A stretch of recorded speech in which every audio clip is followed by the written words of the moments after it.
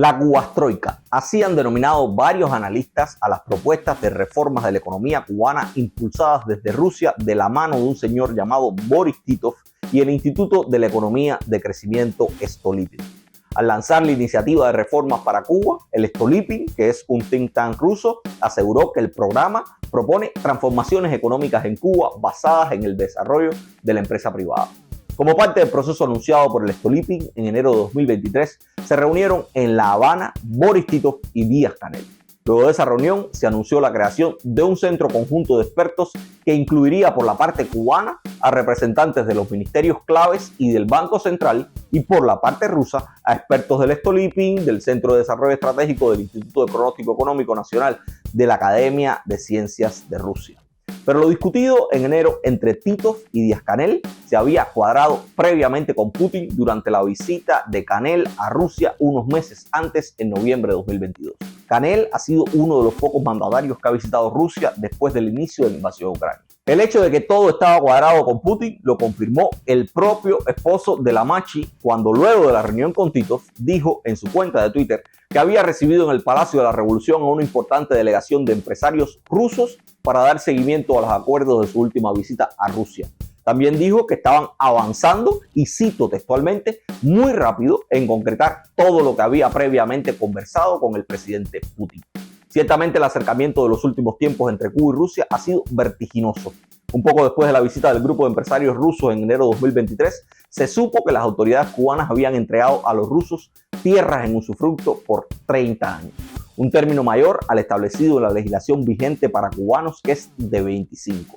Además, se les concedió a los rusos la posibilidad de importar maquinaria agrícola libre de impuestos y de repatriarla conjuntamente con las ganancias cuando lo entendieran. Pero en las últimas semanas también se han producido revelaciones, sobre todo en medios rusos, que indican por dónde andan y cuáles son las aspiraciones de los euroasiáticos con este nuevo proceso de rusificación o Cubastroika.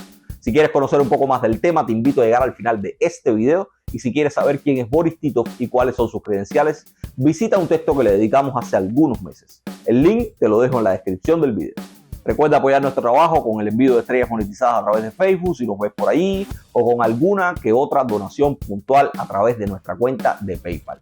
Igualmente, suscríbete al canal y si no lo has hecho, dale a la campanita para que no te pierdas ninguno de nuestros contenidos.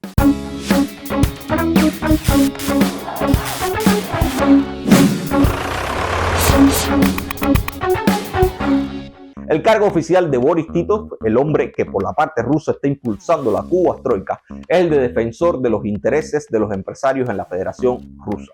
Es algo así como un asesor de Vladimir Putin para los temas relacionados con el emprendimiento y la empresa privada. Con un cargo como ese, es de suponer que su misión en Cuba es la de allanar el camino para la llegada de empresarios rusos ávidos de espacios ante el cierre del mercado europeo, producto de las sanciones del viejo continente, sobre todo luego de la invasión a Ucrania. Esa misión quedó muy clara en el cierre del diálogo de negocios Cuba-Rusia, celebrado en La Habana en mayo de 2023. En ese espacio, Boris Titov dijo, dirigiéndose a los participantes rusos, que estaban en Cuba en el momento adecuado. Aseguró que Cuba se estaba transformando y estaba estableciendo nuevas reglas para la interacción entre el Estado y los negocios. También dijo que las autoridades cubanas estaban dispuestas a proporcionar condiciones especiales específicamente para los empresarios rusos. Dentro de esas condiciones, Titov dijo que se encontraba el arrendamiento de tierras a largo plazo, importaciones libres de impuestos de equipos agrícolas y la concesión del derecho a transferir ganancias en moneda extranjera. Por último, Titov también dijo que, por supuesto, estaban esperando la reducción de las barreras burocráticas. En mayo de 2023, de acuerdo con un reporte de la agencia TASS, Titov también anunció que estaban trabajando para establecer líneas de transporte marítimo permanente entre Cuba y Rusia para el suministro de bienes y que estaban además discutiendo la posibilidad de obtener préstamos subsidiarios del gobierno ruso. Pero insistió en el hecho de que lo más importante era que el camino estaba abierto para los inversores y que había 3 bancos rusos que habían solicitado registrar sus sucursales en Cuba. No comprendo nada. Tal vez estemos locos, nos estemos cubriendo de pelo y podamos dormir en la nieve. De volvernos locos no sería a la vez. La locura afecta de a uno. Pero todos estos anuncios languidecen ante lo que dijo Titov el pasado 29 de junio de 2023 en un encuentro con empresarios de la región de Moscú. El encargado por Vladimir Putin de asesorar las reformas de la economía cubana dijo en aquel entonces que la Cuba actual está en las mismas condiciones que la Unión Soviética a finales de la década de 1980 y aseguró que era imposible que en las condiciones actuales de Cuba pudiese prescindirse de una reforma de mercado en toda regla. En esa reunión, que también fue cubierta por TASS, Tito volvió a insistir en las posibilidades que ofrecía Cuba para la inversión extranjera, aunque no dejó de reconocer que todavía había pocos inversores en el país, a excepción de los españoles. Recordó que la causa fundamental de esa situación era que la regulación cubana en materia de inversión extranjera era rígidamente comunista. Pero igualmente, Tito aseguró que las autoridades cubanas estaban muy preocupadas por esa situación y señaló la existencia en la isla de una enorme economía sumergida en la que todo se comercializa en dólares en efectivo, incluso suministros al por mayor.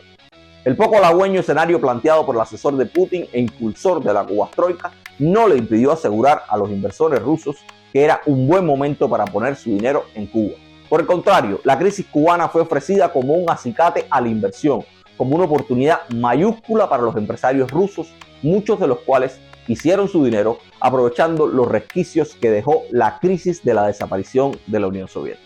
Titov también reconoció que no hay mucho mercado en Cuba, pero el que hay genera suficientes oportunidades para crear consumo. Además, le recalcó a los potenciales inversionistas rusos su confianza en que se impulsarán reformas de mercado serias con el apoyo del Estado cubano. Hace falta la amistad, fuerte por su lealtad. Si en desgracia va a caer, yo lo iré a ver. Bueno, no importa. Entonces, cuando regresen, seremos más astutos.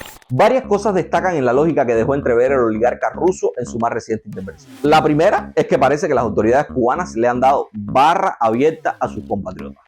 Titov aseguró que las autoridades cubanas les permitirán entrar en el mercado local sin la mediación de una empresa estatal. Una práctica que, aunque no es nueva, tampoco ha sido muy extendida en Cuba, donde la lógica de la inversión extranjera ha estado dirigida a la creación de empresas mixtas con capital estatal cubano y extranjero.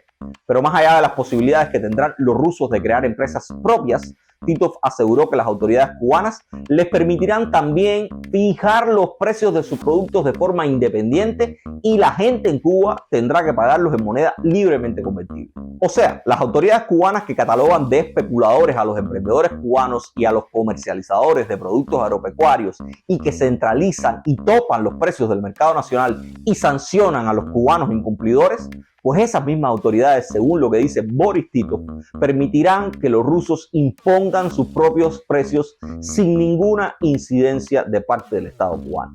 Les permitirán a los inversores rusos imponer las reglas del mercado que están prohibidas para los cubanos. Y usted que me escucha dirá, pero ¿con quiénes cuentan los rusos para comprar productos que venderán a precios establecidos en Moscú y en moneda libremente convertible? La respuesta es sencilla, con los mismos que contó el régimen cubano para establecer las tiendas en moneda libremente convertible o los mercados online como Supermarket 23 o Catapult, con la creciente migración cubana que intenta mantener las necesidades de sus familiares rehenes de la crisis en la isla. Al anunciar las bondades del mercado cubano a los potenciales inversores, Boris Titov dijo que la gente en Cuba tiene cierto dinero y que el mercado clandestino de divisas, más los $300 mensuales que los migrantes pueden enviar desde la Florida, pues ese dinero proporciona cierta base para un mercado de consumo. Esa idea expresada públicamente y sin ningún pudor reconoce que los aliados del régimen cubano cuentan con el mercado informal de divisas que el régimen ha intentado desconocer y criminalizar. Y además, como mismo lo hace el régimen de La Habana, los rusos cuentan con el aporte de las remesas, también menospreciado oficialmente por el régimen del Partido Comunista.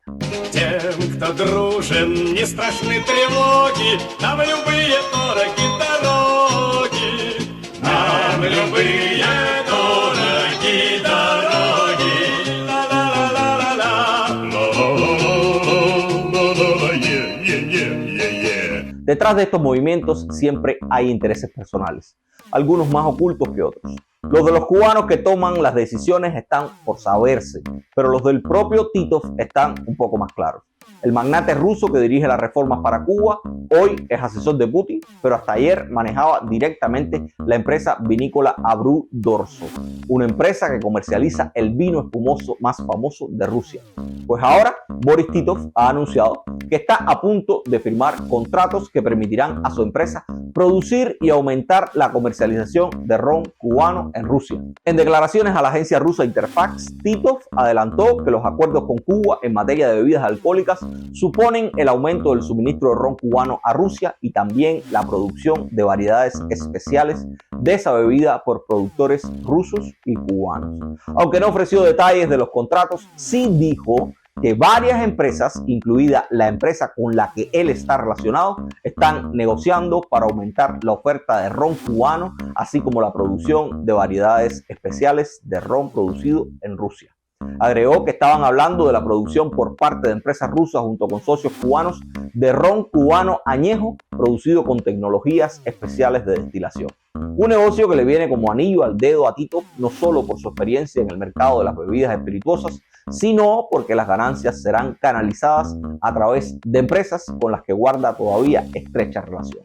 Pero a pesar de todos estos datos, lo que Titov y los rusos han logrado obtener hasta hoy del régimen cubano son algunos hechos concretos y otras muchas promesas, aunque al parecer los rusos aspiran a más, según las palabras del propio Titov.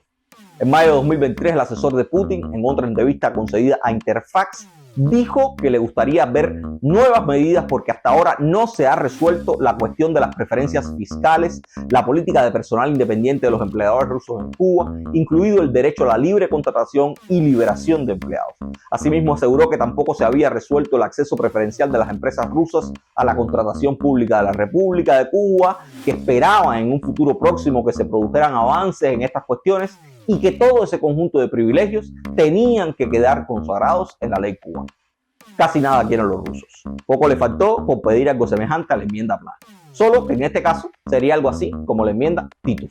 Pero en serio, leamos entre líneas lo que dice el asesor de Putin. De acuerdo con Titov, a los rusos no les basta con lo que ya han recibido de las autoridades cubanas. O sea, no les basta las tierras por las que no tendrán que pagar un peso en 30 años, no les basta con que les permitan importar y exportar maquinarias y ganancias con beneficios arancelarios que los cubanos desconocemos. Titov quiere más.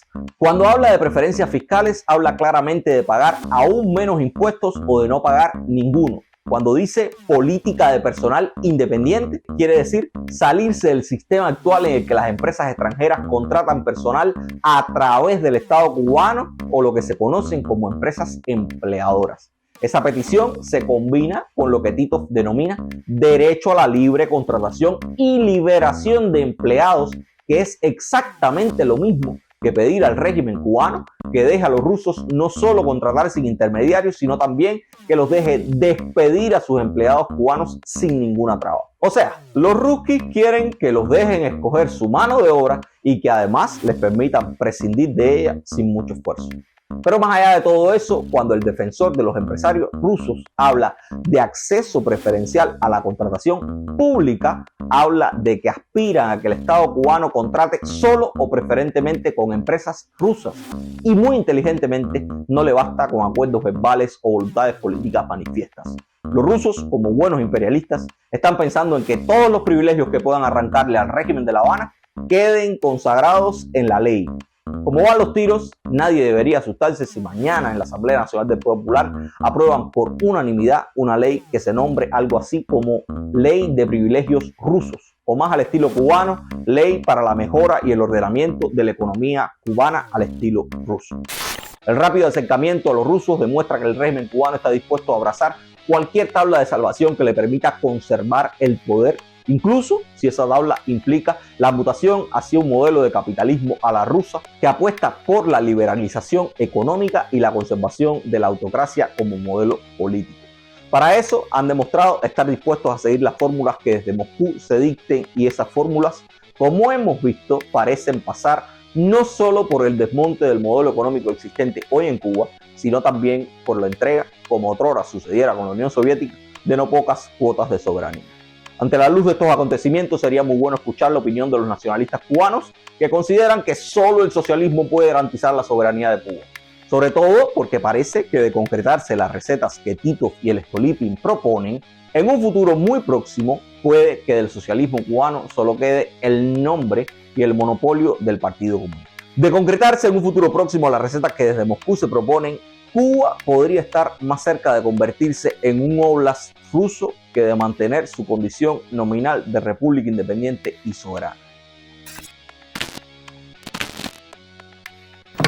Si te gustó el video, recuerda compartirlo para que otros que no nos conocen puedan verlo y evaluar lo que hacemos. Recuerda también enviarnos estrellas desde Facebook o donaciones puntuales a través de nuestra cuenta de PayPal. O incluso, pásate por nuestra tienda online y adquiere alguno de los productos que allí comercializamos como una forma de sustentar lo que hacemos. Recuerda que hacer periodismo es satisfactorio, pero cuesta. Nos vemos en la próxima entrega.